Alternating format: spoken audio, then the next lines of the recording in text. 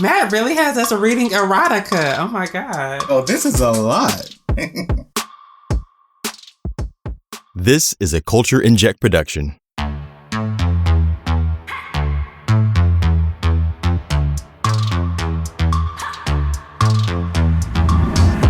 Welcome back, folks. Welcome back to Part of Us, an En Vogue Fancast. We are back for another episode. Before we jump in, we want to make sure that you are following us on YouTube, Instagram, and Facebook at En Vogue Craze, and on Twitter at Part of Us Fancast. If you'd like to get in touch with us, send us an email. Write to us at partofusevf@gmail.com.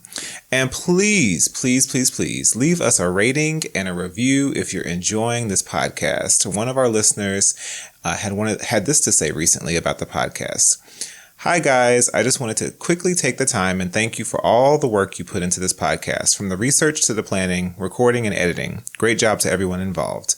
Also, I'd like to specifically point out the first episode of this season 3. The overall episode was probably my favorite so far because it was interesting, positive, and a lot of fun. You guys have good chemistry and the editing brings out the very best of that. There were a couple of times I literally laughed out loud. Thanks guys, and keep it up. And that is that's from Laureen. Hey Laureen. Laureen, thank you so much for those beautiful words. Oh my God. Thank you, Laureen. We also have a letter from AW, also followed up with his last email where he spoke about an EV compilation album with a track listing for his own covers album for the ladies. He says, okay guys, homework submitted and no copying.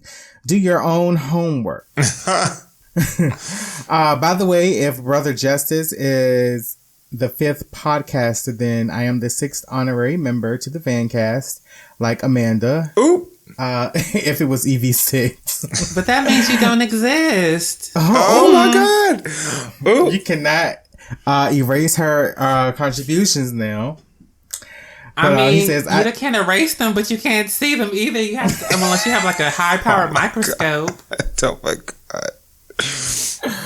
Shade. Okay. W, pick another, maybe be, like Sheila Eldridge or somebody. Like not, anyway, sorry.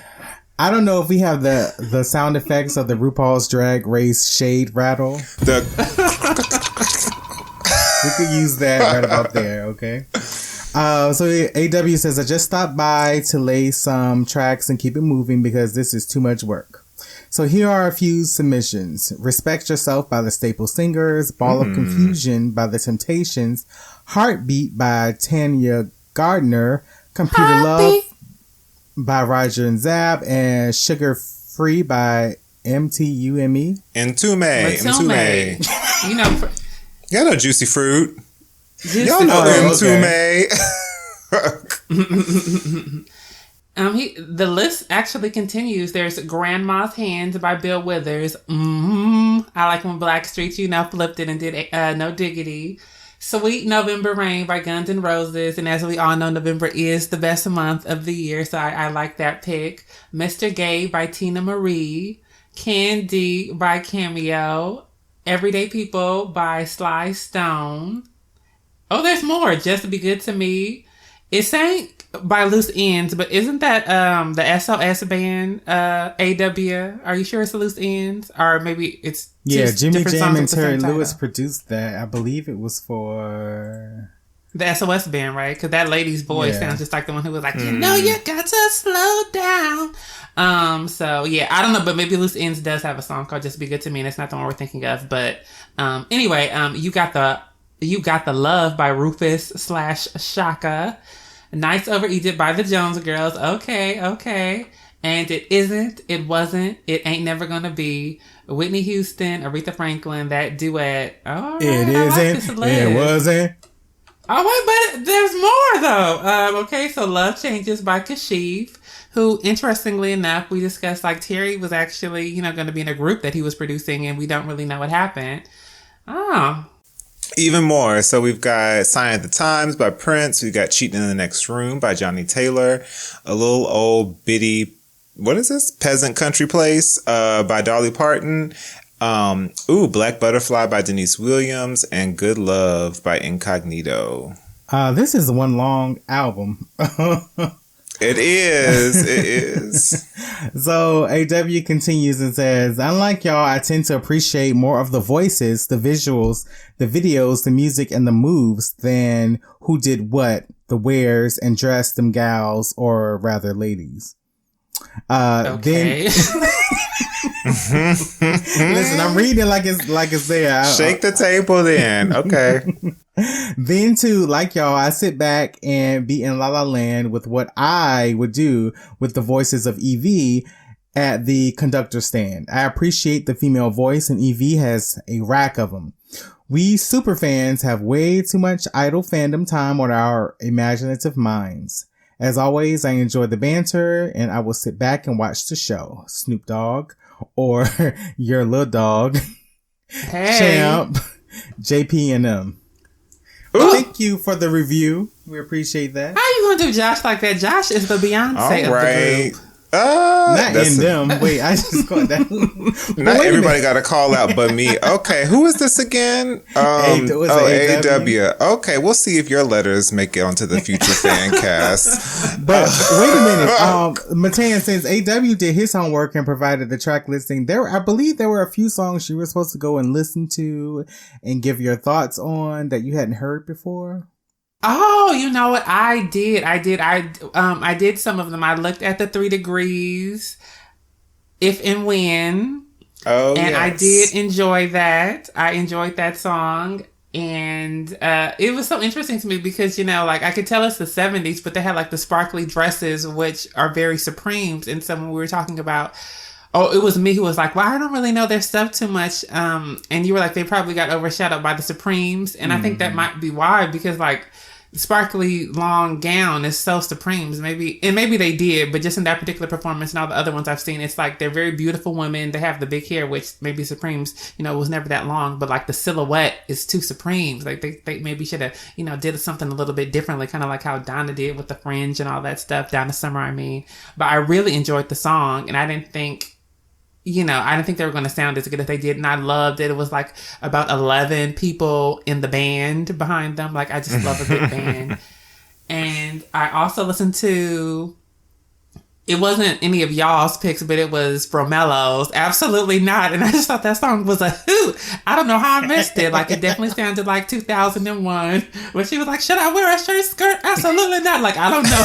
I really don't know what it was about, but any song where it's just like, absolutely not. Like, that's one of my favorite phrases. So I actually would like them to do it and just like, really just like maybe even like take it up like as it ends. Like, they're just screaming, absolutely not. Just all kind of random stuff like, should I buy this at the grocery store? Absolutely not. You know, do you want to buy my food stamps? Absolutely not. I don't know. Just I like that song, and I probably listened to a couple of other ones. I still need to listen to All Saints.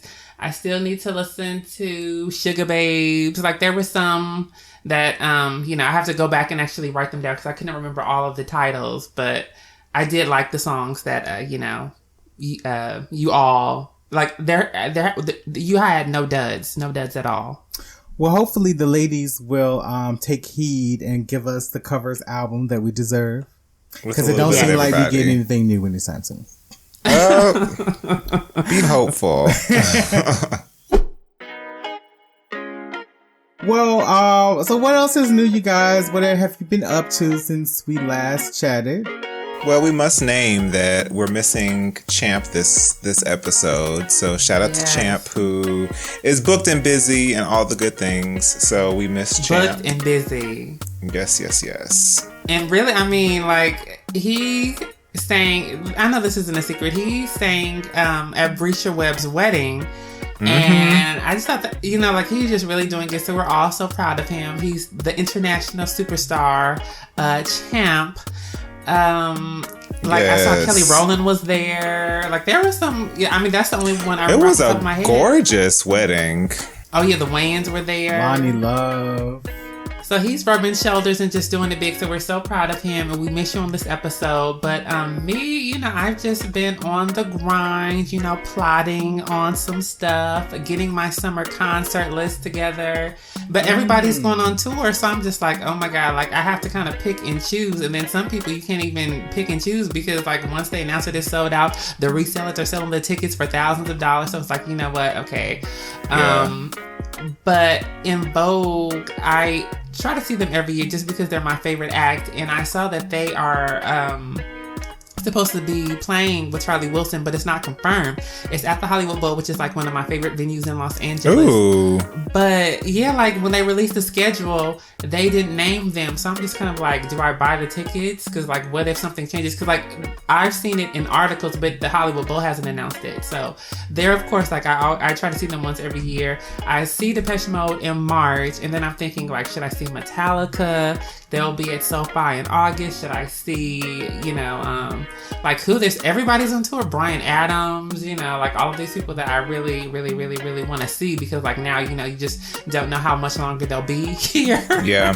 I hate to say it like that, but like the people that have been around since the 80s and even before that. So that's like, as far as just like, recreational stuff, that's what I've been up to, trying to curate my summer. Well, speaking of concerts, I was privileged enough to get my tickets to the Renaissance tour. Yeah. Uh-oh. Which show are you going to? I'm going to see her in Chicago on that Saturday. Who is her? Beyonce. So I will be there. And also, that's not all. I have meet and greet tickets to see Janet Jackson. Uh-oh. So if you hear about an incident in Virginia Beach at a concert because a fan has passed out and had to be carried away, it's more than likely going to be me. That is funny. Because I am going to finally meet Janet Jackson. That is so exciting. Tickled. I'm sure you've seen her in concert before, right? Yeah, it's like my 4th or 5th time seeing her in concert, so... I am so jealous because I'm going to go see Janet as well in Chicago. So we're going to see different shows in Chicago. That's like you flying out. Yeah, I tend to like, at this point, I've seen Janet quite a few times, and my best friend and I, we tend to travel to go see Janet. Like, so whenever she's on tour, we pick a city that we've never been before, or we haven't been to in a long time. We go see Janet there. So I've seen her in like Toronto, in New Orleans, obviously DC, Charlotte. I've seen her in a lot of different places, but so yeah, I think this is a concert year. It seems like everybody's got their tickets because I'm trying to figure out these Renaissance tickets. I'm not sure. I want to be a good fan, but my bank account. So well, those fees like Ticketmaster. Well, let me just say, let me not name specific entities, but I'll just say like these ticketing agencies, they're doing way too much with the percentage of the fees being based on the price of the ticket and all that stuff. Like it's just price gouging and highway robbery, and then the resellers. Like it's just really almost like kind of racketeering, or it's just wrong how they do like the buying public. I don't like that. So it's like, and I think that's one thing I'm not a big Prince fan musically, but I do like how when he did those concerts back in 2000 and I don't even remember when it was, but it's basically like he was saying that just tickets are too expensive. Like you should be able to take all your children to a show. You shouldn't. It's like tickets should not be like thousands and thousands of dollars to see somebody in concert. It's ridiculous.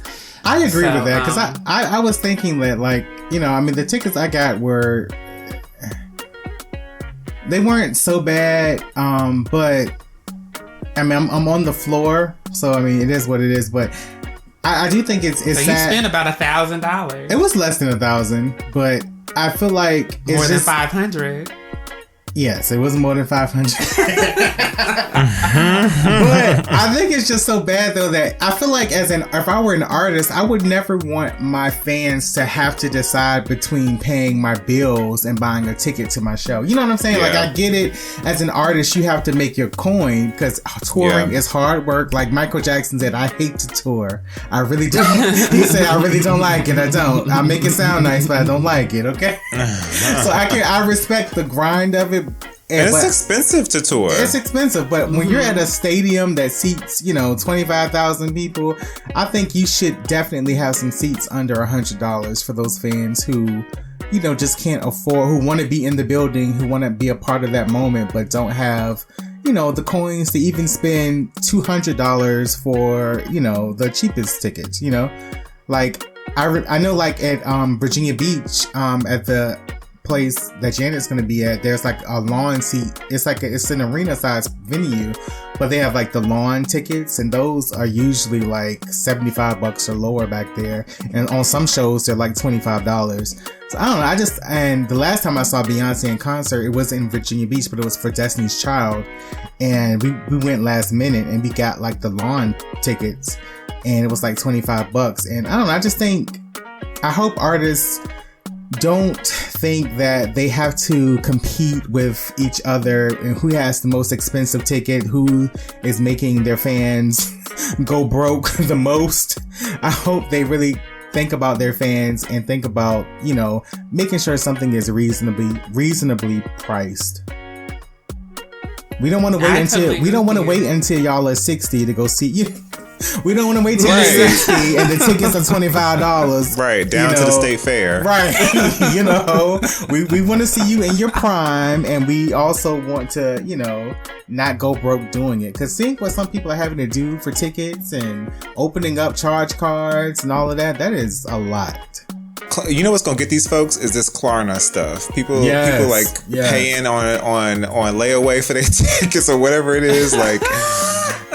And like people, y'all gotta be careful with that, because for a long time I don't believe Klarna was reporting to the credit bureau, but now I heard they've switched the rules, and so you got to make sure you're on top of your payments. Yeah. Anytime you got to give your social, baby, it's going to the bureaus.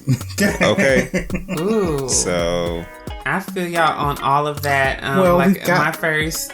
Oh, go ahead. I'm sorry. I was just gonna say, I'll just tell this really quick, because you mentioning that, I remember my first big concert was Janet Jackson Offer You back in 2001, and I remember I went at the last minute and I got a $75 ticket. I was in the nosebleeds, and I mean, it's just a good experience. In the building, Right, exactly. I was in the building with less than $100, so I just agree with all of what you said, and now we can transition into some dirt. Well, well, it's no dirt. It's just we hear that DT's got a new client. Part of Us listener and one-time guest DT is now Dawn Robinson's lawyer. Well, maybe. We reached out to DT about his new gig, and this is what he had to say. And I quote, "Long story short, it would not be accurate to say that I am Dawn's attorney. I am an attorney who has recently been in touch with Dawn, but I am not her attorney. If that makes sense." End quote. So the semantics. So what do you make of that? Do we think Dawn reached out to him after listening to our episode with DT? Did he approach Dawn? What do we think? I actually think she approached him. I do think she listens to our podcast. It's known, she has been trying to start a YouTube channel for a while. So Don, you really should just come on to our podcast, or we could come on to yours if that's what you plan to use YouTube for, or we can cross promote. We'll make it happen for you. But I would wager to say that she reached out to DT because he was he did his best to defend her reasonings and the actions that she took, even though, if you remember that episode, he didn't seem to know that she left because she didn't want to promote EV3 for 2 years. He was saying that he had never heard that. So it wasn't about the alleged 2 pennies. He didn't know that the renegotiations were finished. But I guess maybe, he impressed her with his fealty to her.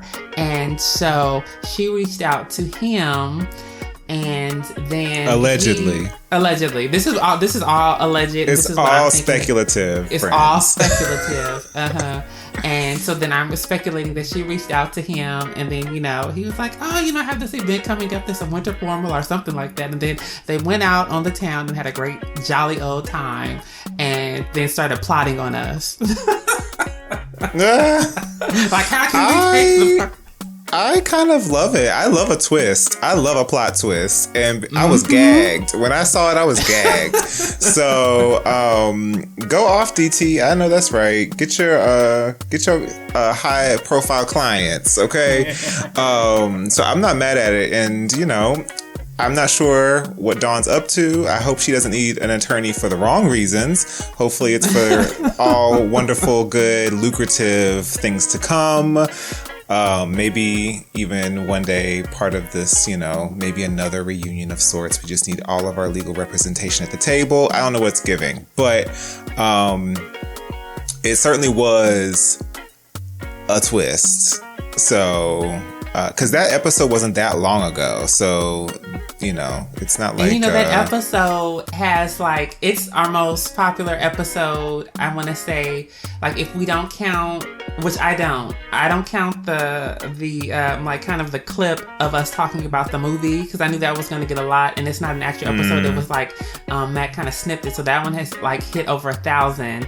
And then of course there's the visual shorts of my picks, Champ's picks, and Josh's picks, and Champ's and Josh's, those are both over 1,000.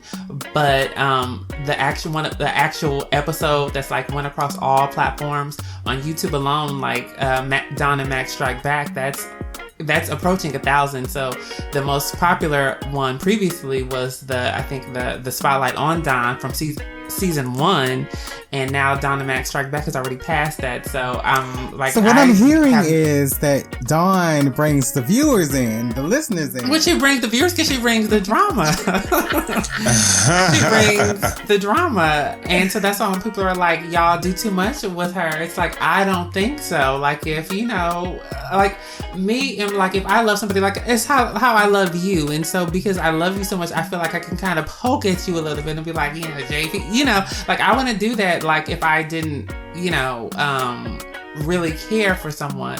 So you love her, Dawn, is what I'm hearing.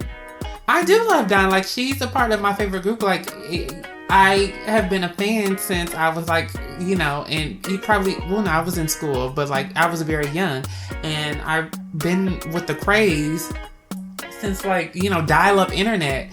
So I've been rooting for all of them, really. I just think my thing with her is that there's some kind of, she, to me, sabotages herself in a lot of ways, and also the group by extension. And so I think people who kind of coddle her, they're not going to get to the root of the problem, because if you're oh yeah, you're the only reason why they're successful, and you're kind of boosting somebody's ego and not addressing maybe if you do this differently, then you just kind of a yes person. And I'm not a yes person, and I think that goes for everybody, every member. I can say, I don't like when that person did this, I think I'm fair, but when she's saying certain things, it's kind of fun. When you're saying, I wrote a book, the ghostwriter, he's knocking it out. The ghostwriter is knocking it out. Yeah, he's just getting it done so quickly.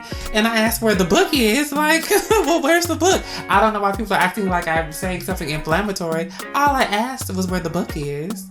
It was your tone. We didn't like your tone. We didn't like the connotation behind how you said it. Greatness takes time. Well, I'll be waiting for that greatness.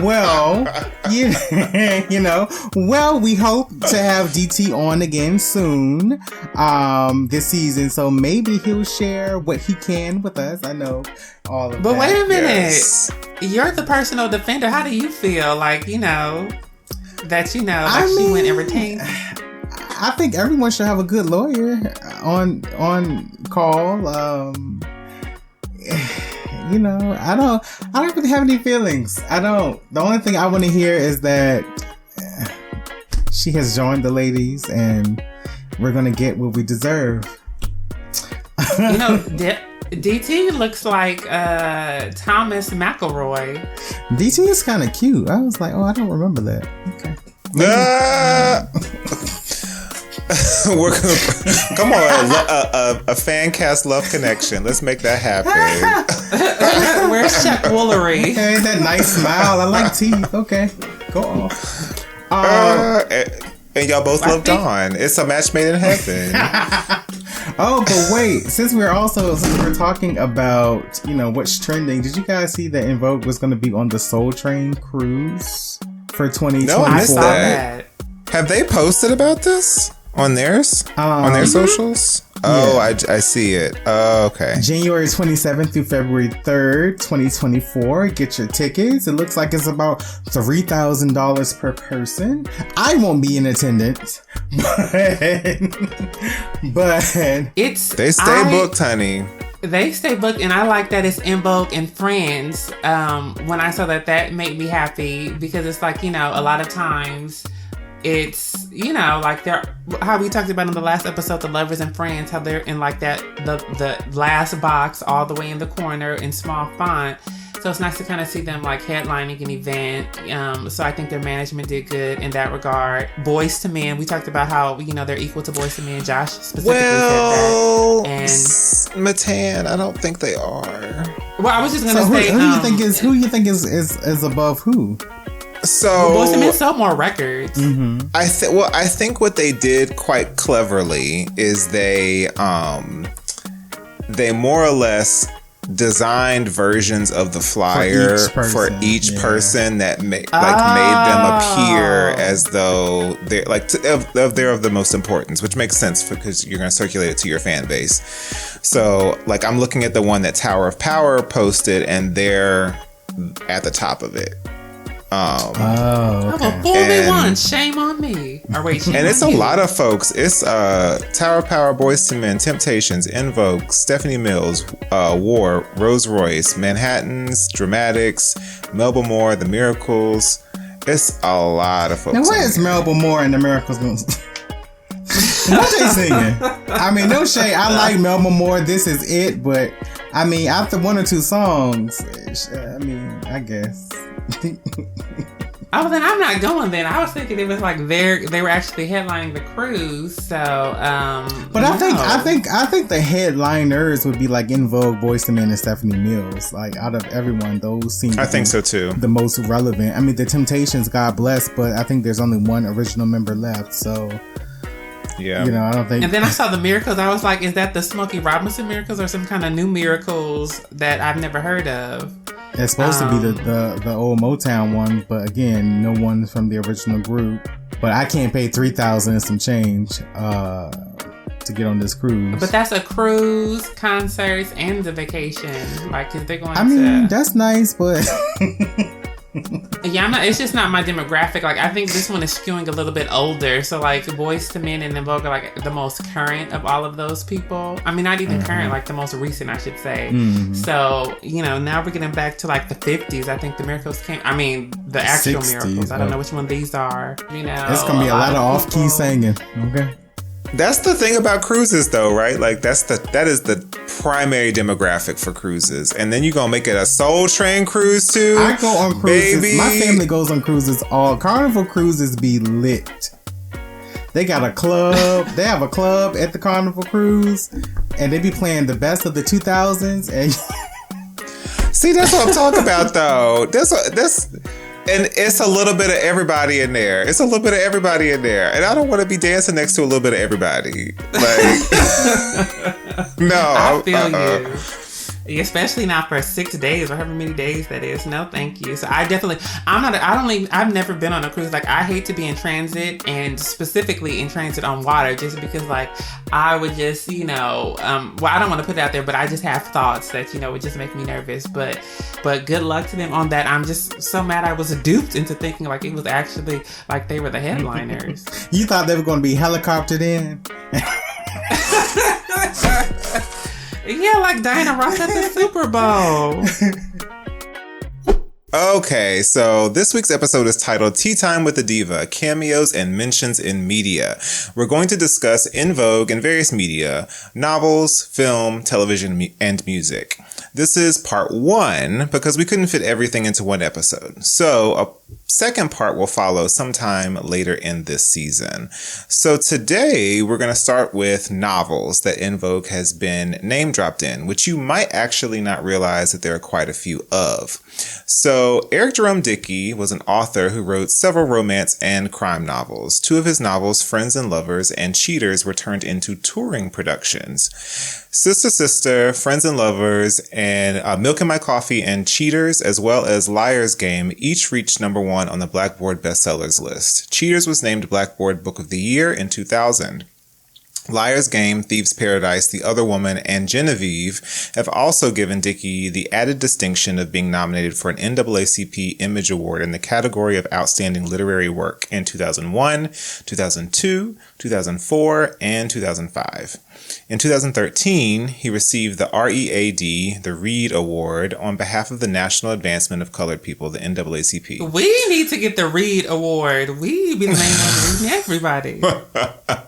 It's a different kind of Reed Award. Sadly, on January the 3rd, 2021, he died of cancer in Los Angeles, California at the early age of 59. Eric Jerome Dickey was a self-proclaimed admirer of En Vogue. His admiration for En Vogue is seen in his numerous mentions of the group in his novels. So before we jump in and start to discuss maybe some of the places and ways in which En Vogue pops up in his novels, have any of you read any of his books? No, I only read British literature from the Victorian era. And now y'all see why I was surprised he liked Rihanna.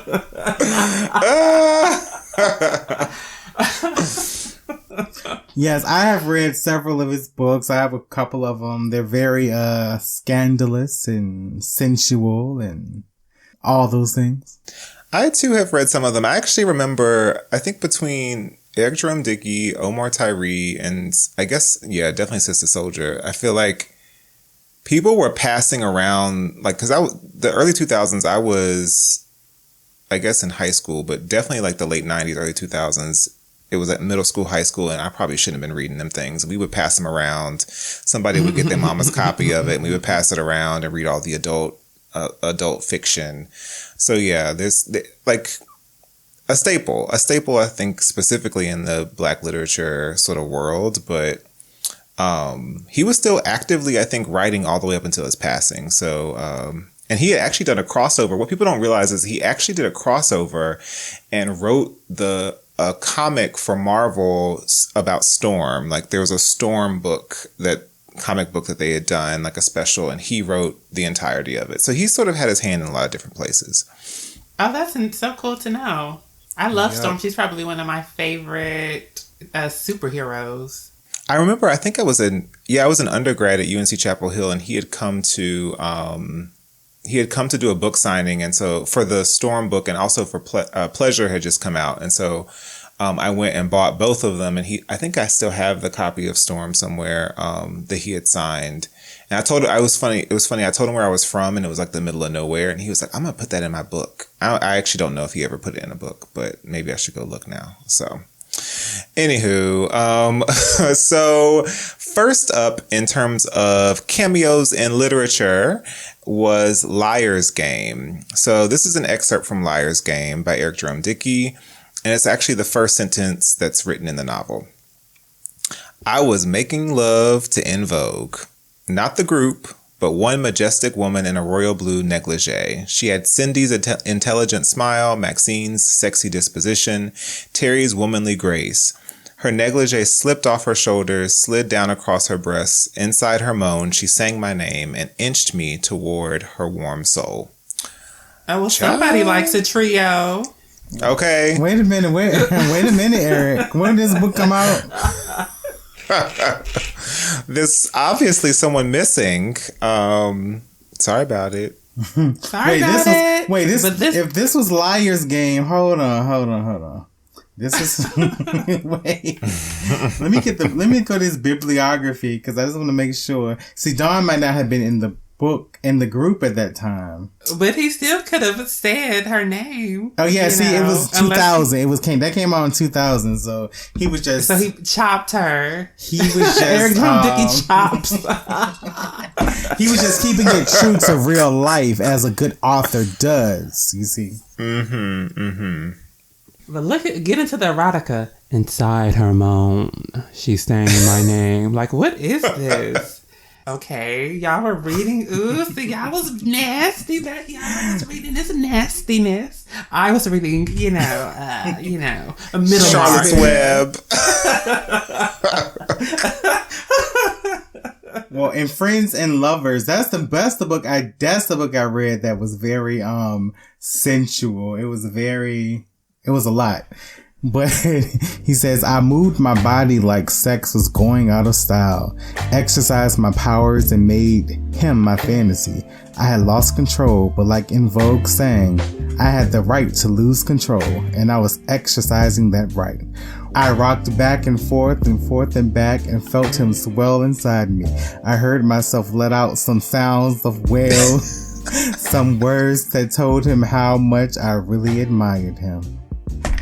Well, oh my Lord. Y'all see why I was at the gym reading that book and I was like, this is a lot for public. The treadmill. I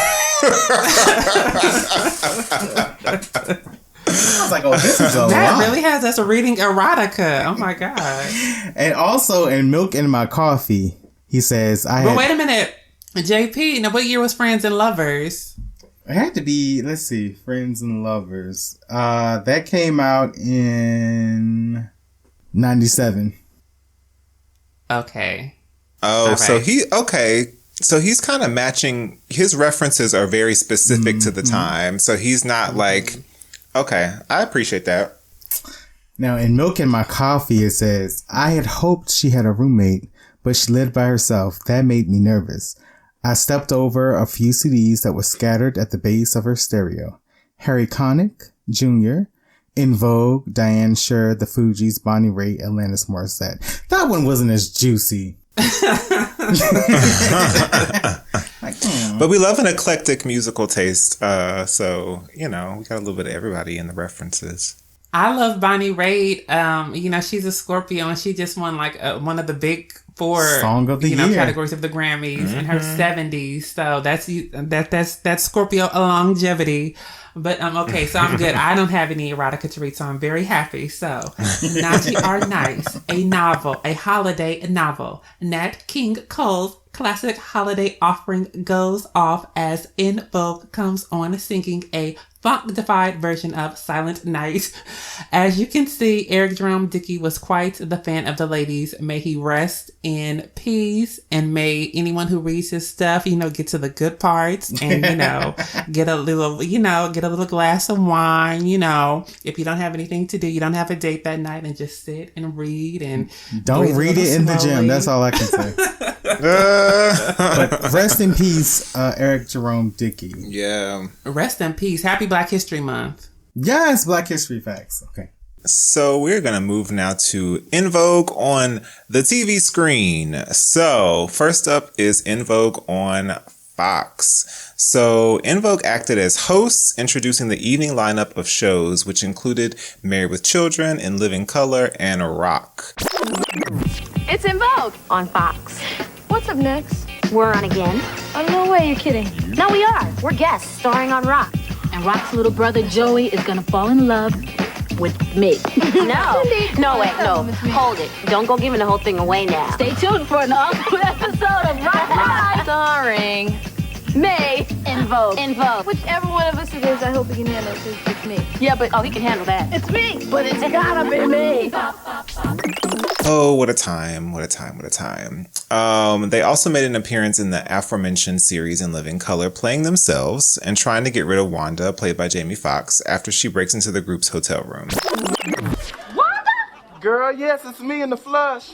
You know this thing? Excuse me, it's Miss Thing to you. Not only do I know them, but we all started out together. Because I used to be that choreographing. When I was getting all that, getting all that dance steps together. How you doing, girl? You look good. Listen, Wombat, Wolverine, whoever you are, you got to put your hands up. That's what you better do. Wait a minute. Check here. Wanda's not lying. She really did used to be a part of this group. See there, you don't even know. See, because we started out, hold on to your love. See, we started out, I wrote that, because it used to be called, hold on to your hot, sweaty monkey love.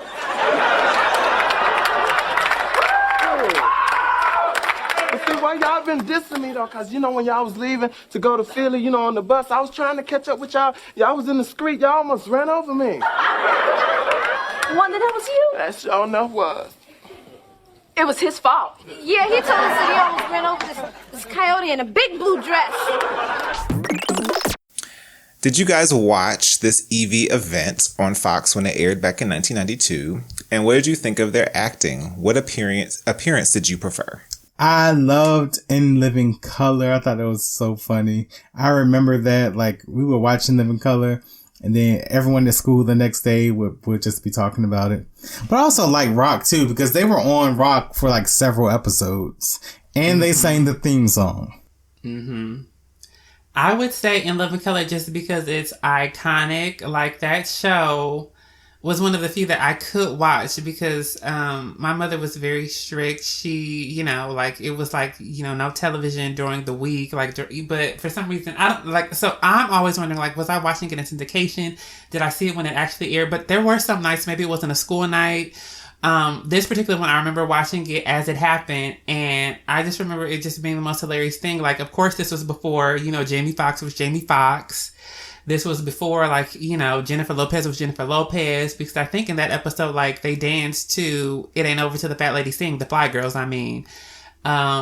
So it's just before it was even iconic, it was just hilarious. And now it's kind of become iconic.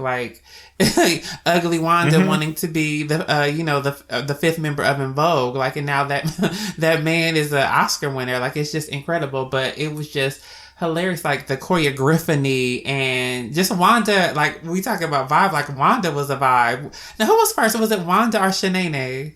Ooh, that's a good question. You said what? They were both vibes. Wanda, Shanae. Which one was first? Wanda, Shanae? I feel like it was Wanda. Yeah, I think Wanda came first. Yeah, that kind of, I don't want to say round the way girl, but maybe just kind of the hood booger girl, kind of that lexicon, putting that in, just the, oh my goodness, and all of that, they kind of pioneered that, which for better or for worse, I'm saying this with no judgment. Maybe some people will be offended by that. Maybe people will find it offensive now, because everybody, looks at things with a different lens, but just then, it was just hilarious. And you could kind of see who the actress, the interesting thing to me about the In Living Color clip was you could kind of see Cindy is the actress, and she's also kind of the den mother, because I think at some point Wanda asked them something and everyone said yes, but Donna said no, and Cindy gives Donna this kind of look, because I guess Donna wasn't supposed to say no. So it's just a lot in there because it's live, that they're acting live in front of a live studio audience. Yeah, I loved I think the In Living Color appearance is really great. I also watched the clips of them hosting, and that was it was just really fun. They looked great. They looked so good. They had these different color vests on. It was kind of casual. But I always think that we sometimes fail to realize how personality driven they were.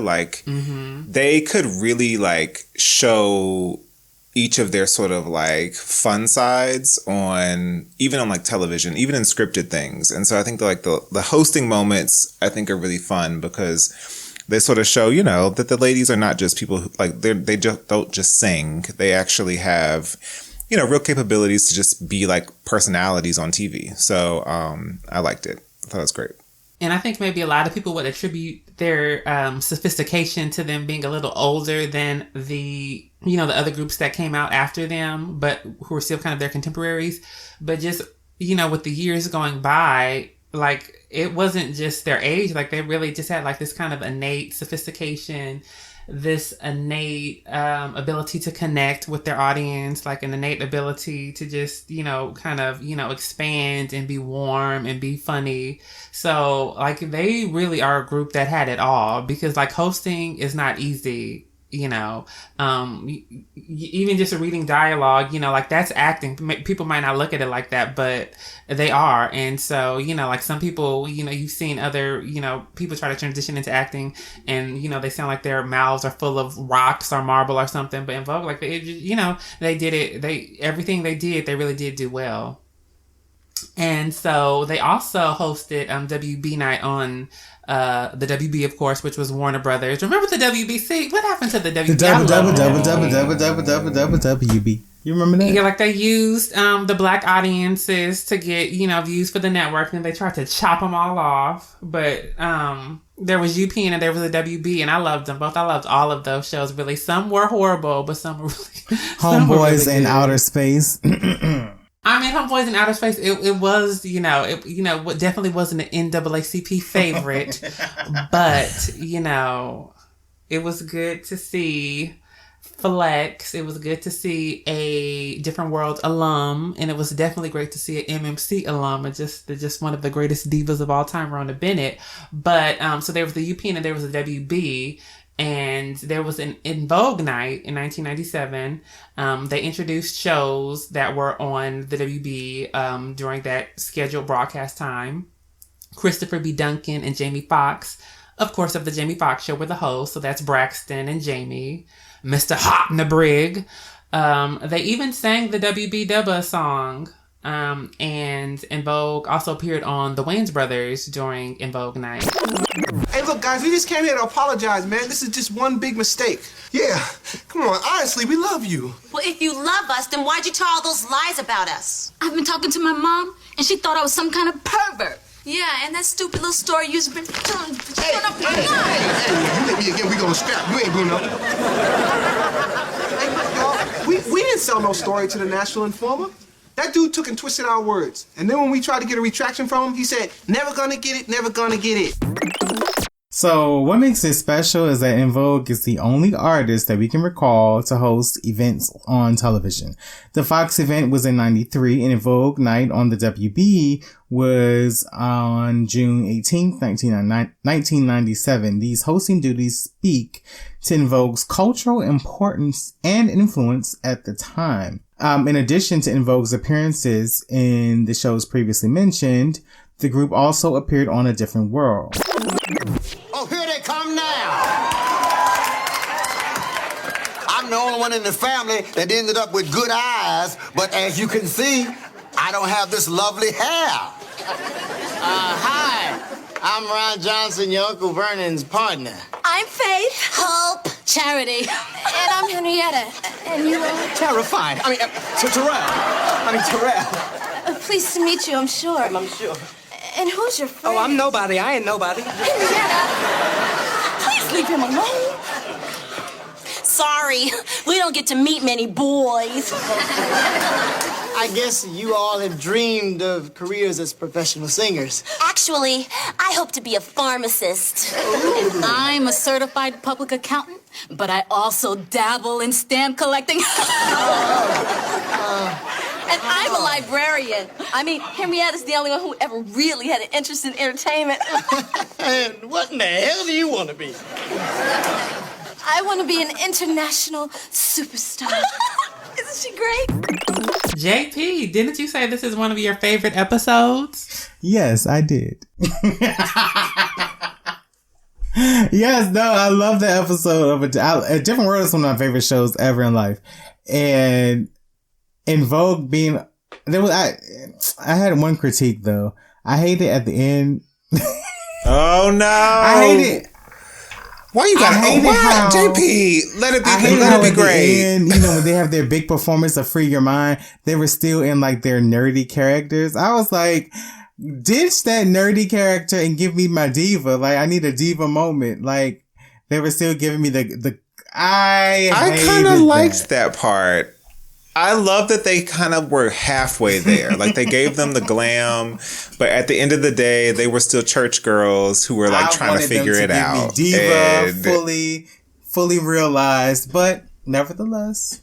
The only way that would have worked is like if somebody like fell, like Ron fell and hit his head and then like kind of had a dream sequence, because it really was a progression, like from where they started out, Faith, Hope, Charity and Henrietta, you know, like couldn't see anything, you know, cross-eyed. I mean, they are really great actresses. They did a great job. Like Cindy with the animated voice, Maxine with the calculator, Don, Terry, like they are just, you know, they like I said, all did really well. And that scene where they try to teach them how to walk. Oh my God. When Whitley be like, work on it. She was like, work on it. And then she was like, Dwayne, I'm getting that feeling. And you gotta carry her off. Do you have to carry her off? Oh my God. That is, I have the on topic, but the fact that Jasmine Guy never won an Emmy for her role on A Different World is a crime against humanity. That was hilarious. Yes, I agree. They were cut up on that show, and I think that shows in this episode too. This episode was silly. Like it, you know, Different World kind of would go into a topical place too, but like this episode was like really like everybody just kind of like went in and decided they were gonna have fun with it. So it was great. I love that episode. Every time it comes on, like if I'm home, I'm gonna watch it. Well, we can't forget about the theme song for Hanging with Mr. Cooper that En Vogue recorded. They were also featured in the opening credits, which, I mean, I remember as a kid thinking like, oh my God, they're everywhere. I was in heaven. Those were the days. Well, that's crazy because I feel like, well, I don't know, because now folks are everywhere too, but it just doesn't resonate as much. You know what I mean? Well, I think there weren't as many real stars. Like, I don't know. I feel like being a star then versus now is different. Like, back then, I think when you were a star, you were like a star. Now it's like everyone feels the same because I think everyone can, you know, you can be on social media today and then you're a celebrity tomorrow. You know what I mean? It doesn't feel special.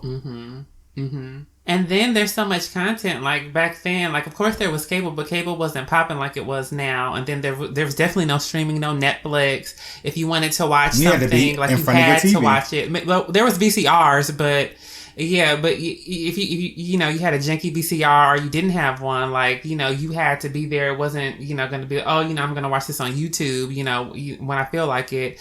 Like, there was just like that kind of urgency, like, ooh, like, yeah, we're going to watch this game. You know, like, even with the Super Bowl, like, I knew, like, if I didn't see it when it was on, like, I'll just go to YouTube, or I'll even just go to Twitter and see it. But like that didn't exist then. There wasn't thousands and thousands of shows, definitely not on network television, and shows like, you know, like probably a low rated show is getting like 10 million. There was actual broadcasting. There's no broadcasting now. So it is, I see what you mean. Like now everything is kind of more, I don't want to say niche because it's not necessarily niche, but it's fragmented if anything. And so even people in my household, like, you know, I don't have to watch what they watch. Like we could all be watching something different. It's just, that's the way that's, you know. There's no must-see TV anymore. Yes. Yeah, the girls are starless. That's what Nene said. The girls are starless. You guys want to go to our letters? Let's do it. We should go to the letters. Our friend Justice is back. He says, hey, y'all.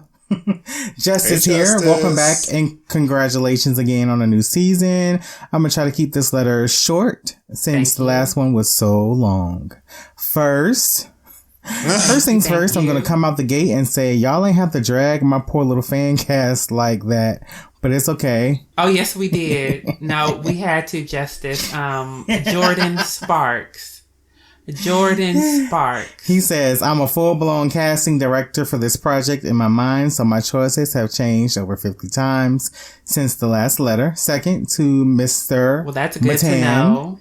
Having... He called you out, Mr. Matan, having an A-list actor. M-A-T-A-N? Having an A-list actor or actress doesn't always equal the best results, nor a good performance.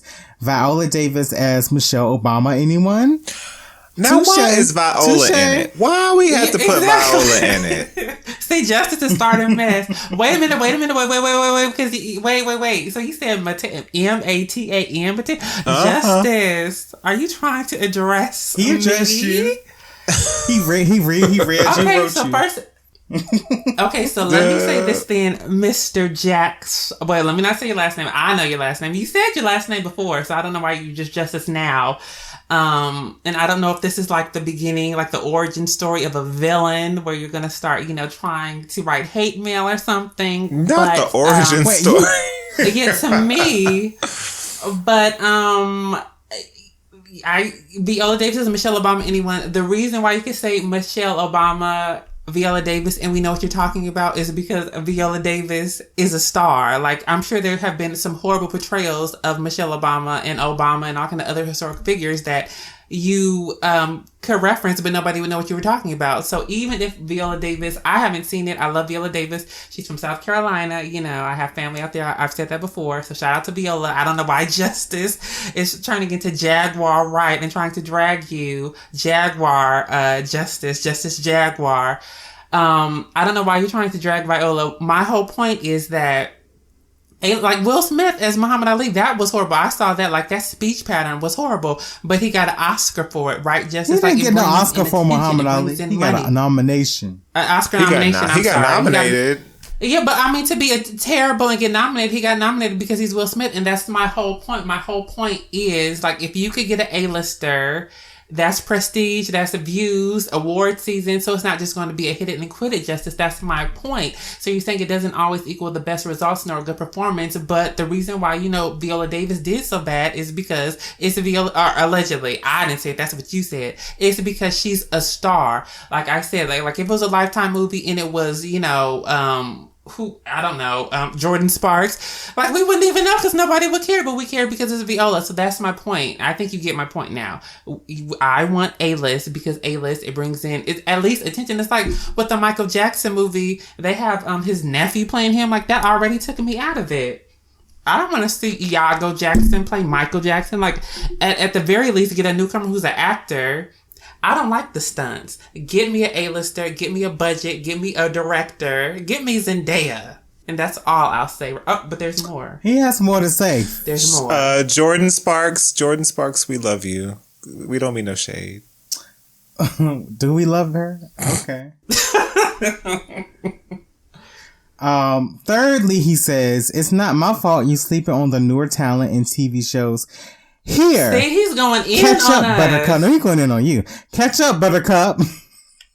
By the way, Harrison Guardilio is Afro-Latina, Jamaican and Cuban, so she's black. Google is free, y'all. Ooh, read you. Justice, see, I told you he's becoming a villain. Did you write this with a grimace on your face, Justice? Were you mad when you wrote this letter? Google is free. As far as Maxine. Oh, I didn't know that. Thank you for letting me know. As far as Maxine's new songs, Colors of the World, I need to hear the full studio version to better judge it. As for Not Your Freak, I agree. There's a good song in there that has potential to be a bop, but the mixing needs to be cleaned up. I can see it being played on P-Valley. Imagine Max making a guest appearance performing this with the girls. Going in on this track, that would be a moment for sure. This is where I'm going to wrap it up. I hope it wasn't too long this time. For real though, I love y'all. Keep up the good work for the craze, and I can't wait for the next episode. Bye. I feel like Justice tried to read me. Oh, he did. Yeah. Okay, you know what, Justice? That's fine. I'll let you have that. But your list was horrible. But like you said, you're taking heed and taking direction because you said it changed about 50 times. So I'll take that as a step in the right direction and go on to our next letter from AW. We have AW's back in the building. AW is in the house and he says, hey guys, Fan Clubber's Choice Awards goes to you. Why, thank you. Fire show. And thanks for narrating my letter. It's good to be heard even through the bombardment of reads and ridicule, LOL.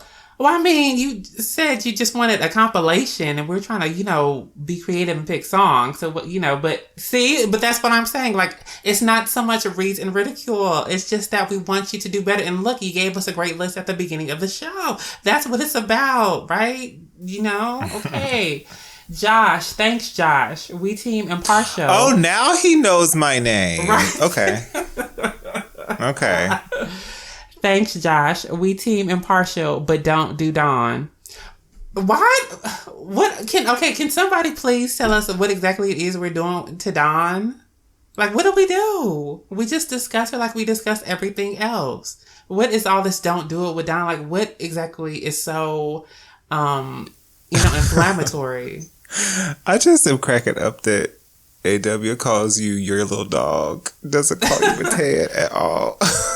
Well, AW and I, we kind of go back on the YouTube days. Like, we are kind of attack dogs for En Vogue, for years, really, up in the comments, that. So I know AW. So AW is all love, and I am your little dog too. Thank you for looking at my channel. I have a lot of great content.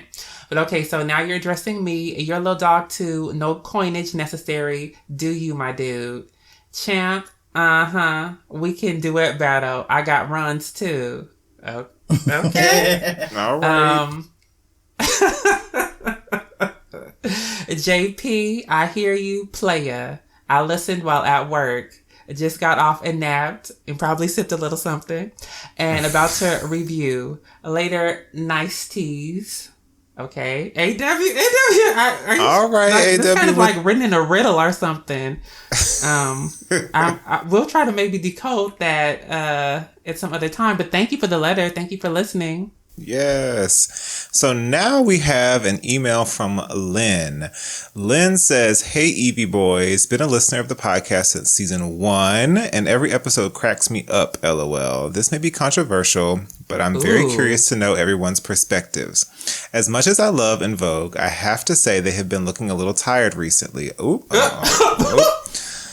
Okay, we're going into territory here. It's starting. The vocals aren't doing it like they used to, and I know with time their voices won't be the same. The routines aren't giving as much, and some of the outfits are questionable. I feel that En Vogue should take some time off for some much needed rest, or even look for another member, an old member, to help distribute the work. Surely they must have made some major coins with that tour last year, which could financially help with some time off. Mariah Carey did it well in 2019-20 when she rarely performed and came back stronger than she'd ever been in years. It just makes me sad how much their vocals have slipped recently. Like Cindy is struggling to sing Hold On and Terry's belting. What happened there? Excited to know your takes on this and can't wait to listen to the upcoming activities. Lynn. Thanks for the letter, so much, Lynn. Thank you. Ooh, and a messy letter at that. It's not messing. I just gotta say, I think we have to be more. This is me playing Switzerland, so I'm gonna get my Switzerland out of the way so y'all can go in, because I know you're about to go in. I think we have to give grace sometimes, because it is a lot to ask an artist to sing songs the same way that they've sang it since they started their careers. Mariah Carey is a great example. Mariah Carey is really, really. I can't imagine being asked to sing "Vision of Love" or "Hero" or some of these big songs over and over and over again, and my voice still remained the same. So voices change, which Lynn does say in the letter. So I think we have to acknowledge that the voices change. And sometimes that means we have to switch the arrangements up. Sometimes that means we have to give less. I think there was an interview where I guess it was Terry said that Rona taught her how to sing in a way that could help preserve her voice. Right. But if you think about it, Rona came so late that Terry had been probably singing differently for so long that wasn't actually preserving her voice for what it was. So I think that unfortunately, I think we are where we are because we're dealing with singers who have been singing for decades and decades, all of their lives pretty much. And so that's that on the vocals. I think what I look forward to all the time when it comes to artists who are whose voices have changed is the new material, because the new material is where they get to play around with what the strengths are in their voice right now. So I think we're always going to compare when we're listening to something, and the reference is something that we love or so beloved, but the new material is where people can sort of show out with what makes sense for their voice now. So I really love that. And the rest of it, with routines and, clothes, whatever, I chalk that up to they need to get on the road and make the coin, and they are doing one-off shows, and that's what is going to get the bills paid, and they don't need to show out. And they showed out when it makes sense. They go on TV, they're going to show out. When they go on, New Kids on the Block, they upped it. But, these little one-off shows and stuff that we get footage of, I don't think we're going to see all the investment go into it. But yeah, what do y'all think? I'll say, I agree with Lynn, and it's due to when you do something so much and you're a fan like me, like, I want to see something different. Like I said, if I'm the type of person who's going to see you every year, you're not an artist that kind of like tours like, okay, this is the Renaissance tour. And so I'm going to be touring in 2023, and then you probably won't see me in concert until, a couple of years later. To be an act that's constantly on the road, and, like if I'm like a casual person or just like, oh yeah, I'm going to like this kind of 90s show and there's like 8 acts on the bill and one of them is En Vogue, and oh yeah, En Vogue did great, that's one thing. But like for the people that are like the true blue fans and we're watching, and it's, nothing really changes. Like the hair is always pulled back in the ponytail, Cindy and Terry. The set list doesn't really change. You might add a song or something, but like the arrangements don't change. And then, the voices are not able to deliver the songs. That is concerning to me. I do love that, they've kept the En Vogue name, the En Vogue brand going, but then at a certain point it becomes like a car where just the more mileage, like if you're not constantly doing repairs and making adjustments, then it's just going to become run down. And so, in that regard, I would like to see the arrangements change. For instance, she just mentioned Hold On, that acapella part, maybe they need to rework the harmonies. The actual, song, the dun dun, like I would say speed up the tempo. So maybe I don't have to, Cindy is not trying to do so many runs. Maybe like add, like I remember a long time ago, I said maybe they could add Just Hold On, We're Going Home by Drake in, because it kind of just has kind of like that same feel, like the bass lines, like play with the music, make it fun, make it exciting, do something different regarding the look. I don't even think clothes really need to be that expensive. Like, I do like luxury. I love luxury clothing. I like to see, haute couture and all of that stuff. But like Champ talked about in one of the episodes, like maybe change the silhouette a little bit. Like the Pointer Sisters, like they came out going to secondhand stores and taking furs from their mother's friends. Like, and like their look, even though it was probably very, inexpensive, it was notable. And so I'm just saying, I would just like to see a little bit more creativity, even with the merchandise. The merchandise is just like that logo that they use is so tired now. Not the iconic one, but the one they use that kind of looks like it's, they went into Microsoft Word and were like, oh, Calibri Body, Arial. Well, we'll just use whatever this one is. Like, it doesn't even look professional to me. Which logo is that? You have to act like Metallica. The one on the new merchandise, like the one that's on Electric Cafe. So it's not the one on Lucky Divas or Born to Sing. It's not the one from EV3, but it's like, it just looks like this really cheap, basic font. And they thought they were jazzing it up a bit, man. We gonna put some italics on it.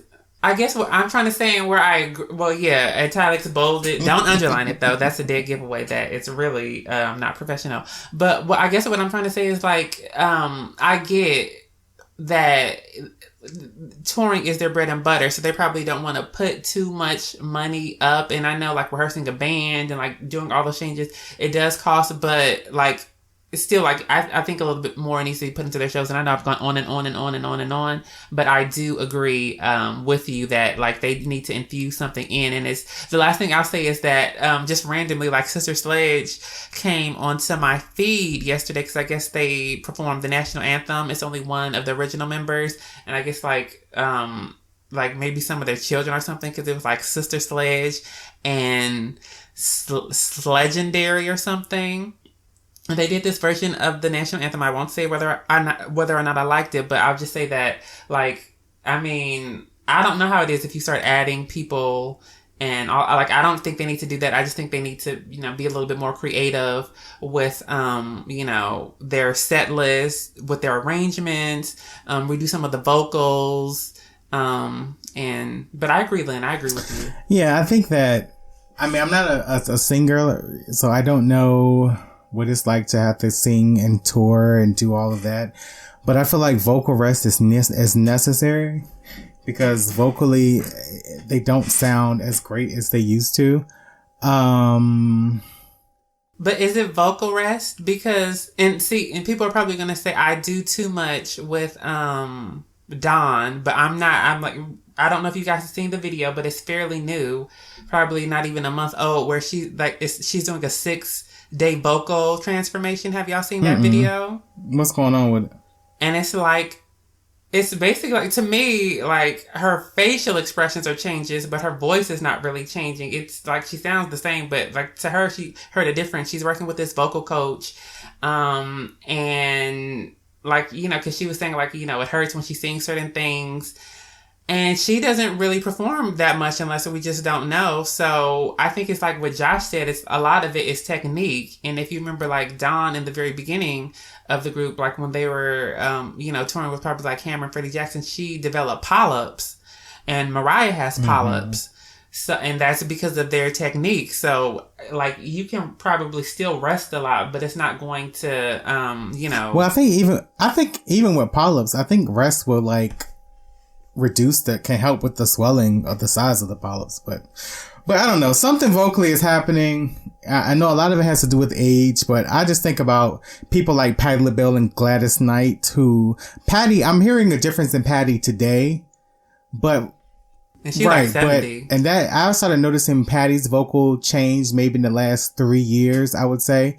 But before that, Patti could still hit all the notes and, you know, do it full chest.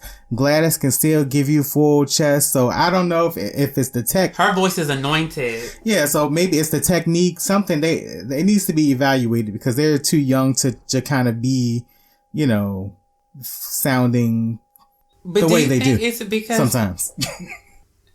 I feel, but like, do you think it's because like maybe they don't really have to, like, because I guess what I'm trying to get at is like a lot of the people seeing them like at the mixtape tour, they're not necessarily there to see En Vogue. They're not like a me or a you. And like, I'll just give this example. Like when I watch a clip of Elton John now, like I'm like, oh, okay, that's good. But then you might have fans who are fans of his since the 70s that have seen him live when he was at his peak, and they're like, oh, if you knew what he sounded like back then, he sounds horrible now. Right. So, like they don't really have to do their, you know, best and push full out and all this stuff, because like people who aren't that familiar with them, like they're so light years ahead of what's out currently, like the current So you mean artists, they sound fine like, for like casual listeners?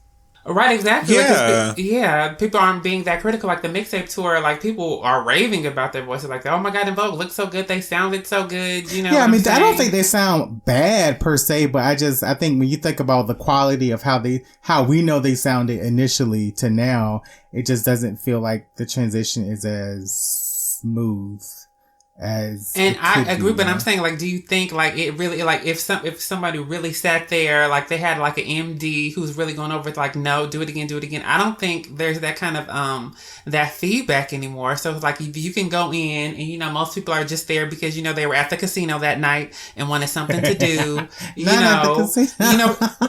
Yeah, or the county fair. I'm not even trying to be funny, but like that's, you know, like it's even like concerts now are maybe events, and so we're more so fans. Like they really don't have to do that much. Whereas like Patti and Gladys, of course, they're you know, like they kind of have a like En Vogue has a reputation too. But I'm just saying, like, since you know, like Patti LaBelle, they're Gladys Knight just got a Kennedy Center under, like they're legends. Like people are gonna, you know, there's just this expectation. Whereas En Vogue, I think people might not always be there to necessarily see them. Like that's not the primary reason they're at an En Vogue show or they're seeing En Vogue perform. So it's like, well, why should I be pushing myself like to the limit and being hoarse, you know, for this show at, you know, and I'm, you know, one of 5 acts or something, like, you know, could get by. I think that's smart. I think if I'm trying to preserve my voice and I am I'm performing at a show where I'm one of many acts, then yeah, I'm probably gonna do what I can to hit the note or get there, but I'm not gonna like go ham. In recent years, though, when they've been on TV, have they wowed you? Like, have you noticed the difference between vocally what they do on a televised performance versus what they do on, you know, a concert? Well, like I think there's vocally, but then I think that there was also the critique that sort of like, you know, from a choreography perspective or like, you know. And so what I think about is the Billboard performance that happened a couple of years ago during the pandemic.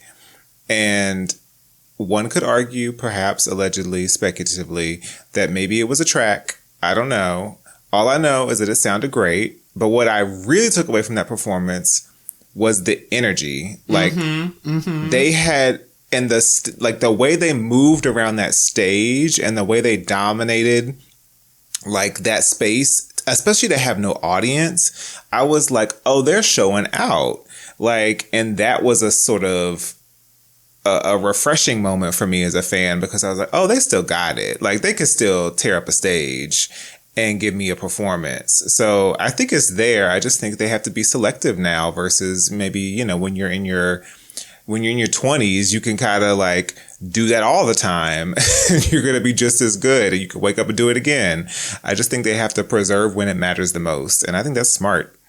I agree with that. And just to what you said earlier about like, it's the new stuff. Like now, Cindy, I would say with Rocket, like when they did Wendy, like that, her upper register is just so pristine. Like when, you know, that, and because I can't do it, but, and you got me so high. Like when she goes up, like just the clarity is so beautiful. So like if they have new stuff that's just, you know, more laid back like that, and she can just kind of be in that area, like she's totally fine. Like her tone is, you know, like the belting stuff, like that takes a lot out of you. So maybe they would kind of avoid that, but like the tone is not compromised. Now, Terry, there's like from way back in the Craze days, they've always just been this kind of like, oh my God, what's happening to Terry's voice? Is Terry's voice okay? That ain't be and then she'll come back. Snap, crackling, and popping. But then, you know, then she'll come back, and sometimes she will hold on note for a long time. But it does snap, crackle, and pop. And there's always been that kind of thing. Like, is Terry's voice okay? What's happening to Terry's voice? So, on that Wendy Williams performance, like, I didn't think she was doing anything particularly difficult, but her voice was shaking a lot. Remember, like, she was like, looking at the sky at night. And I remember someone on Instagram, like, was being very critical on her page, which I thought was so rude. But Terry responded, she was like, yeah, you know, I wasn't at my best, you know, on that performance. So, oh my God, they said that on her page? That is so mean. Yes, and she responded. Like, some people are actually very rude to them. I don't particularly care for that, because there was another, well, I'm not even going to say what the other lady said, but that particular one Terry responded to, and I think she kind of knew that she was on her A game, but sometimes her voice is shaky. Like, there's this one performance, or there's this one clip on YouTube where she's doing Wherever You Are, and it's like the tone isn't bad, but there's just like this, like, shakiness. So, that has to be hard as a singer, though, when this is what you do. And I mean, she knows her voice better than we ever will. So I know she can tell when it's not her best. So I'm sure that's like a difficult, you know, thing to kind of deal with, when you can tell your voice is changing and you feel like you don't have any control of it. But I know Terry's been in like vocal training. She talks about her vocal coaches over the years and stuff. So I guess Brother Dave. Yeah. So I wonder, does she have like polyps or anything, or is that something that she's disclosed? She never said anything about having polyps, but there was an interview where SWV, it was the Funky Divas podcast, and SWV was on, and I remember Ty saying something about how she got, was it lymph nodes? She got something removed, like she got some kind of vocal cord surgery, and Terry was like seemed very interested in it. So I don't know, but like her technique, maybe like a lot of things do come down to technique, but then too, like just, you know, being a human, being a woman, like, you know, maybe you could, hormonal issues and stuff that don't even necessarily relate to the voice, but you know, the voice is so pliable that anything that happens to us is going to be the first thing that, you know, affects us, whether or not like we're sick, then we're hoarse, or whether or not like my foot's in pain, then I'm kind of like, oh, you know, like it, like everything affects the voice. Like there's, you know, like if you're, you know, you see somebody you like, you know, your voice might get a little bit, or it might get a little bit higher, like, you know what I'm saying? Like the voice is just so pliable. So sometimes it might not even be a vocalist, it could be other things that she's just trying to push through, which goes to Lynn's point that maybe they are on the road too much, you know, and it would be nice if there were like a prestige act where, you know, like a Shirley Bassey, where you come out and do a command performance, you know, one song, like, you know, a Jennifer Holiday, they, you know, they'll fly you all the way around the world for you just to do, and I'm telling you, I'm not going, and you make, you know, somebody's touring money for a year in that one performance. That I would love that for them. Well, I mean, if they still did a few dates here and there, but, you know, but they're doing full shows so many weekends out of the week. Right. And so that, you know. That is a lot on the voice. Like, I really do think, like, I don't know their financial situation, but I really do think getting the vocal rest would be helpful, just so that they're not always on the road. And like being tired, that impacts your voice. being jet lagged, all of those things. It's a lot. So, ladies, we want you to rest yourselves and be your best. There was a really I've been really kind of following Shania Twain's kind of like vocal journey because she had, I think she had Lyme's disease. Yeah. What? And so she lost and it turns out it was undiagnosed for almost a decade. And she was like, something's wrong with my voice, but didn't know what was really happening until it was way too late. And it really sort of like messed her voice up. And she actually I think between her last album, which came out like maybe 6-7 years ago, and the one that she just dropped last week, she had another surgery on her vocal cords where she said they basically had to go in and add implants. She had to sing while they had the surgery going. So they had to see where it was nothing wrong with her cords. It was the sort of things on the side that she had to have replaced or repaired, or an implant to sort of make up for something that had been damaged. I think it was nerve damage from Lyme's disease. Anyway, I just think it's fascinating. And she talks about it really like transparently. There's a great interview with her on the Apple Music YouTube channel with Zayn. But what's the biggest takeaway is that she's like, there's a newness to my voice.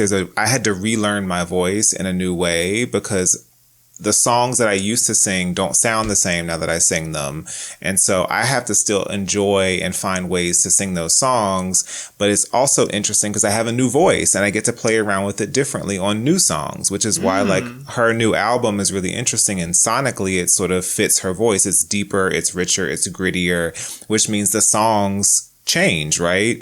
So I'm also and Mariah did the same thing. I think when you listen to that Caution album, it's really a lovely listening experience because she's singing in a range that feels natural and strong for her right now where she is in her life. And so that's really it's lower.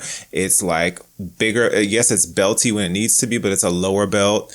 And so I really am curious with new music and with new things, how they might work their voices to be different, and how maybe they might switch up who's singing and who's singing what vocal part or whatever it is. It could be kind of exciting for the new stuff, but it is challenging. It sounds like you agree with Lynn that they need to add a new person to carry some of the weight. No, sounds like nobody got anywhere near that. Is there a fourth co-host that said something? Because I don't know. Yes, Lynn, we concur. Ooh, we asterisk with JP. So yeah. Thanks, Lynn, for the letter. That was a great letter. Thank you so much, Lynn. Thank you so much, AW.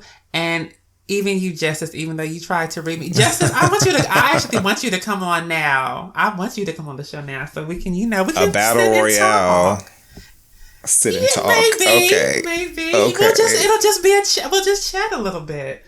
Since you Mr. Matan, you can talk to Mr. Matan. Google is free, Matan.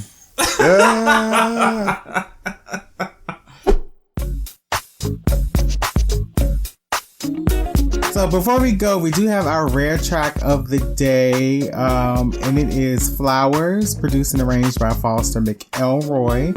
This was recorded with Cindy, Terry, and Amanda.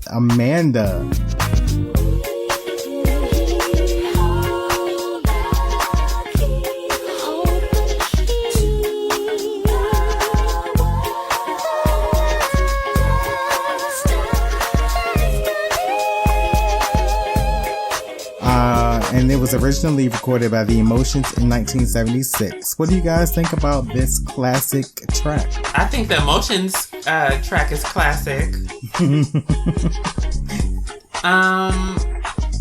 I will say, like, Cindy sounded beautiful. I was just talking about her voice. Like, I love her upper register. And I really wish, like, she would get a song like, that song by Sixpence None the Richer, Kiss Me, where it's just like, guitars and her voice is just kind of a lilting and floating through a song. So she sounded great. The harmonies were, they were admirable. Like, I can't see anything necessarily negative about them. They didn't blow me away. It's just, we did a whole album talking about covers. And then for the first episode, we were talking about covers. I just think like when something gets too true to the original, what's the point of even doing it? Like, you know, like you could have, you know, I didn't see the point. And then the production, it didn't even sound like a drum machine and a Casio keyboard. It sounded like popsicle sticks and a rubber band. Like, I don't know how something could come out like almost 30 years later and sound more dated than the original.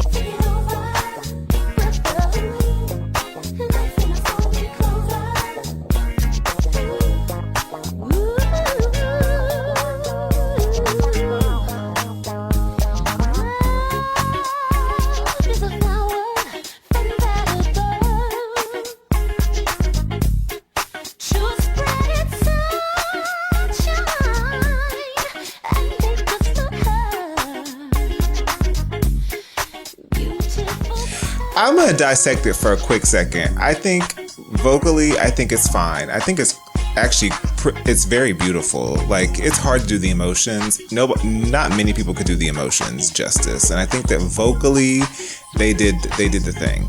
And I love that song so much. So there's a universe where any version of it will make me happy just because it's such a good song.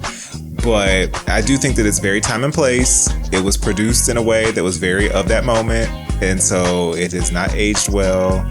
And I think the production feels hollow and it lacks a depth or a soul to it. But I think that was maybe what they were going for at the time. I think that was maybe the approach. Oh, I love that description. It's so apt. I love it. Hollow, yes.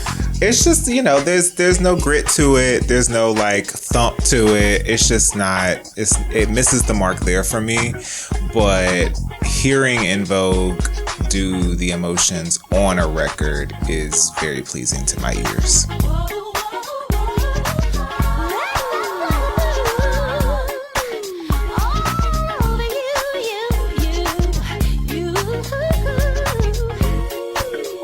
Shout out to Cindy, Terry, and Alyssa. Oh my God. Amanda. Matan is on extra level shade this evening. I kind of popsicle sticks and rubber bands has completely sent me to the moon. Now, I haven't even gone to the emotions, and I don't know who wrote Flowers. Was it Maurice White, JP? Mm-hmm. I don't know, but I'm sure there was some kind of live instrument in there. And I mean, like, everything they did was live, I think. So see, that's what I'm saying. Like, why would you do them and not use any live instruments? And then the instruments you do use, like, it couldn't have been an 808. I don't know what kind of, if it was a drum machine, the production. And then, of course, like, just not taking any liberties with the harmonies or doing anything different. But I love that note to hear at the end. But yeah, you know, it's a no for me. It's been a lot of no. Can we do a word track that's not a no? But I guess it's just the era that we're in. We're in the 2000s now, so all the weird tracks are probably going to be a no. Well, we'll see. We'll see what the next one will be because we have reached the conclusion of this episode, friends. Oh, wow. Stream Part of Us on Apple Podcasts, Google Podcasts, Amazon Music, YouTube, and most of your other podcasting apps and platforms. For more En Vogue related content, find us on YouTube, Facebook, and Instagram at En Vogue Craze, and on Twitter at Part of Us Fancast. If you have ideas, interview requests, comments, or questions, we love them questions, email them to us at partofusevf@gmail.com. Thank you, friends. We miss you, champ. We miss you, champ. And we will see y'all next time on the next episode. Happy Black History Month. Happy Black History Month.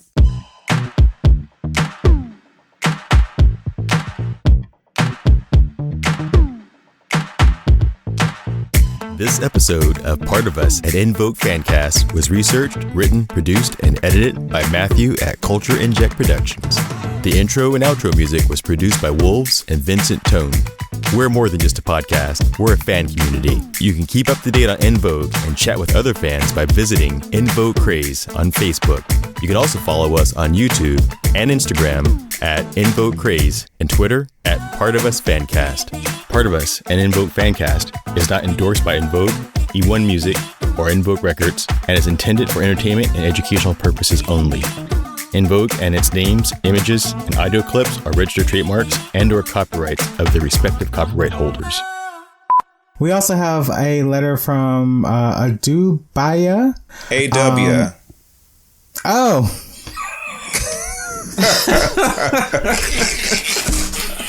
Hey, Dubai, I like that stuff. I was like, what? Yes. I thought he was of African heritage. Okay. AW. Speaking of the Super Bowl, I'm sorry. Did y'all see Rihanna's halftime performance? I liked it. It don't say nothing bad about Rihanna. Rihanna is my I loved Rihanna. I am shocked. Matan, I am shocked at this. I am you shocked. You know I was a Rihanna fan? No. I just don't even see Rihanna being the type of girl you would be into. Like, because you typically have very high standards with your musical choices. I mean, not saying that. Wait, you typically have such high standards. Wait, not saying Rihanna's bad. I like Rihanna a lot. I was quite disappointed in this performance, but I do enjoy Rihanna. And we're back. We're back. And we are here to discuss the results from the poll that we had asked all of our listeners to participate in around which covers album was their favorite. We had quite a few, and the results are in. And these results are questionable, so I don't know. I have a few questions, but okay. We'll say last place was Matan. Yes. And as a tie, I guess, for second place? Is that how that goes? Yes. As a tie for second place, there is myself and JP. I feel like there was a disservice. I feel like we should have been tied for number one. I feel like, first of all, I feel like we are the Kelly Rowlands of the group based on this poll. The second lead singers. The second lead vocalist. And so that means Champ got most of the votes. Yes. Shout out to Champ.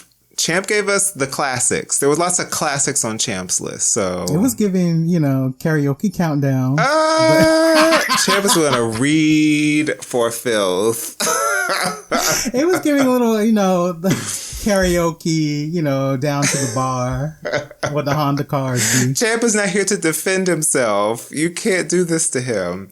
But no, it was really cool being able to do this, though. And I think this is one of my favorite things that we've done thus far, is sort of imagining that kind of an album. So thanks to the folks who voted, which is really cool that people actually participated in the poll. Even if you got it wrong, but we'll forgive you. Clearly. Now, do you think the ladies are going to take our advice? Are they going to cover any of the songs we selected? Because if we see them on Instagram or something doing a little, cover of one of our suggestions, I feel like that means we're influencers. Impact. We're influencers. Cut the check. I would hope so. I mean, honestly, I think, to your point, when we were talking about Boyz II Men and that sort of Motown boy band sort of thing that they were trying to do with the Vegas show, whatever, I think it's to their benefit to maybe have a covers moment. Like, let's figure it out. All right, you guys heard it here first. En Vogue will be doing a covers album, and they will be taking our suggestions. Yes. 2023, the year of the cover. We will see.